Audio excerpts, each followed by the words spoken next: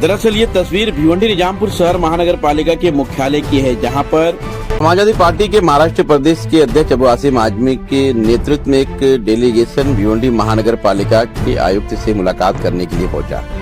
दरअसल आपको बता दें कि पिछले कई महीनों से कल्याण रोड संघर्ष समिति रहवासी समिति के जो लोग हैं वो डीपी प्लान को लेकर अपना विरोध जता रहे हैं। इसी बीच आपको बता दें कि महाराष्ट्र के उप मुख्यमंत्री एकनाथ शिंदे से मुलाकात कर उन्हें पत्र सौंपकर उसके बाद समाजवादी पार्टी के महाराष्ट्र प्रदेश के अध्यक्ष अबू आसिम आजमी से मुलाकात की थी। वहीं पर MMRDA के जो आयुक्त थे उनसे मुलाकात कर ये पूरा मामला मंत्रालय तक पहुंचा।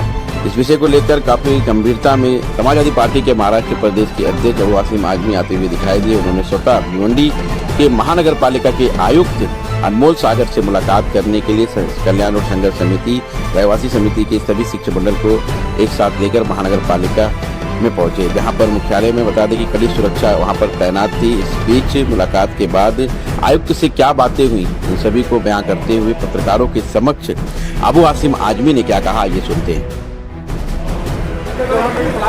ऐसा है कि कल्याण रोड पे मंदिर मस्जिद या लोगों को जो घर है उसको कोई भी अफेक्ट नहीं होना चाहिए, किसी को कोई भी डिमोलिशन नहीं होना चाहिए।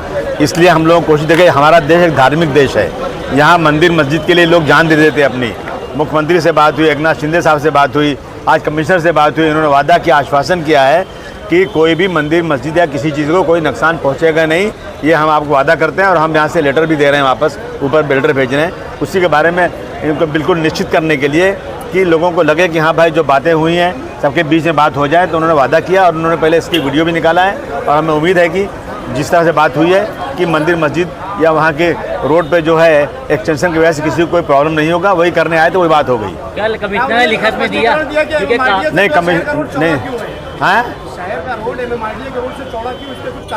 सब लेटर दिया उन्होंने, सब लेटर लिया उन्होंने कि मैं सब आपकी जो कंप्लेन है मैं देखता हूँ, इस पर मैं स्टडी करूँगा और आपको बताऊँगा। क्यों मराठी हिंदी में फर्क क्या है?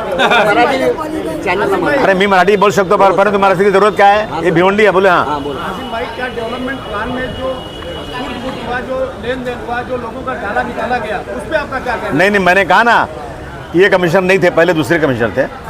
इनके भी रिजीम में 3 महीने लेट इन्होंने जो सुने, जो डेवलपमेंट प्लान यहाँ आया था ना, यहाँ के कुछ बिजनेसमैन, यहाँ के कुछ जो हैं वो जो हैं सिर्फ 420 करके पैसे कमाए या दलाली करके यहाँ पर इन लोगों ने बहुत सारे लोगों की ज़मीनें जो डेवलपमेंट प्लान में नहीं जानी थी वो डलवा दिया। उनका ब्लड प्रेशर बढ़ गया और बुला के उनसे पैसे लिया, उनका फिर निकाल दिया।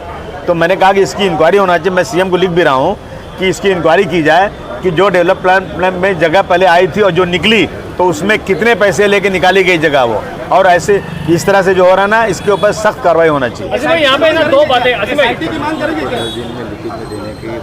हाँ SIT की मांग करेंगे क्या सरकार से? SIT इस पे? हाँ बिल्कुल, मैं तो मांग कर मैं पहले से कह रहा हूँ और कमिश्नर से बात हुई है कि आपने जो कहा है ना, आप 10 दिन के अंदर हमें ऊपर बात कीजिए। आपने जिस तरह वीडियो निकाला उसको हमको 10 दिन के अंदर हमको लिखित आप दीजिए। ये सारी चीज़ें आज इन्होंने दिया है।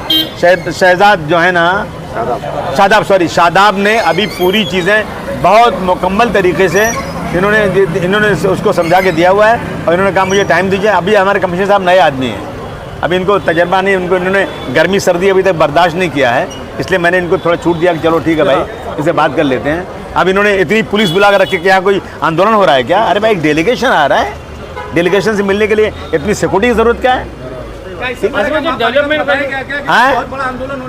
नहीं कोई आंदोलन अरे आंदोलन करना होता तो हम चिल्लाते हैं ना आंदोलन करने आ रहे हैं। अब आप निपटो, आप आंदोलन की यहाँ बात थी, एक डेलीगेशन को मिलाना था ताकि उन लोगों को इत्मीनान हो जाए जिनके घरों मंदिरों मस्जिदों को डिमोलिशन की बात थी। जो आश्वासन आपने दिया वो सबके सामने बोलिए और लिखित दीजिए बस। भाई आप पूछ लें आसिम भाई, दो बातें यहाँ पे है। एक तो मेट्रो प्रकल्प है जिसको अंडरग्राउंड किया गया है और उसके बाद में एक डेवलपमेंट प्लान है जिसके तहत जो है डिमोलिशन किया जा रहा है। तो अब यहाँ पे जो इसके पहले आमदार साहब ने ये बोला था कि बोले कि मेट्रो के लिए तो टूटेगा ही, फिर चाहे आप डेवलपमेंट प्लान में उसको रुकाओ लेकिन मेट्रो के लिए तो टूटेगा। तो आखिर यहाँ पे क्या तय हुआ है? नहीं टूटेगा नहीं टूटेगा, किस बात में वो बात? नहीं, जो कल्याण रोड पे है कुछ नहीं टूटेगा, अंडरग्राउंड जाएगी वहाँ से मेट्रो, वहाँ नहीं टूटेगा। ये एकनाथ शिंदे साहब से, हमारे जो असीम गुप्ता साहब जो इसके इंचार्ज हैं उनसे, CM साहब सबको कह दिया गया है और उन्होंने आश्वासन भी दिया नहीं टूटेगा। आपने सुना नहीं क्या इनकी वीडियो? इन्होंने कैसे, इनको अथॉरिटी क्या बोलने की? जब इन्होंने बोला है तो कुछ सोच के बोला होगा। कमिश्नर साहब ने क्या लिखित में दिया, क्योंकि संघर्ष समिति का ये था कि हमको लिखित में नहीं, उन्होंने कहा कि मैं लिखित ऐसे नहीं दे सकता हूँ, लेकिन मैं ऊपर बात करूंगा, 10 दिन में आपको जवाब देता हूँ। जी, कंपनसेशन को लेकर भी बात हुई क्या? क्योंकि किसी कंपनसेशन जो जिसका टूटेगा, अगर वो डिमोलिशन होगा तो उसके नहीं, अगर टूटेगा तो बात करेंगे। पहले अभी तो बात टूटे ही नहीं है। टूटेगा, जब टूटेगा तो बात करें, लेकिन हमारी कोशिश टूटने ना पाए। देखिए, कुछ दिन पहले एक वीडियो वायरल हुई थी जिसमें म्युनिसिपल कमिश्नर ये कह रहे थे कल्याण रोड पे धार्मिक स्थान को तोड़ा नहीं जाएगा। इसी संदर्भ में आज आदरणीय आमदार अबू आसिम आजमी साहब के नेतृत्व में कल्याण और व्यापारी रहवासी संघर्ष समिति वो धार्मिक स्थल बचाओ समन्वय समिति का एक शिष्टमंडल माननीय म्युनिसिपल कॉरपोरेशन के आयुक्त साहब से मुलाकात किया है। हमने लेखी स्वरूप में उनसे मांग की है कि आपने जो वक्तव्य वीडियो में कहा है वो आप राइटिंग में दीजिए, एक आदेश की शक्ल में दीजिए। और उनको हमने 10 दिन का अल्टीमेटम फिर से राइटिंग में दिया है।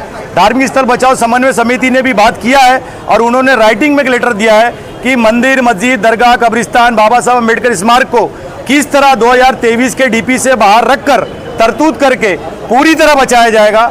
और कल्याण व्यापारी रहवासी संघर्ष समिति ने राइटिंग में मांग किया है कि राज्य सरकार जब 1700 करोड़ रुपया खर्चा करके जिनको बचाना चाह रही है, आप किस नजरिए से उनको तोड़कर मुआवजा देने की बात कर रहे हो। उप मुख्यमंत्री एकनाथ शिंदे साहब जिनको बचाना चाह रहे हैं, आप उनको कैसे तोड़ सकते हो।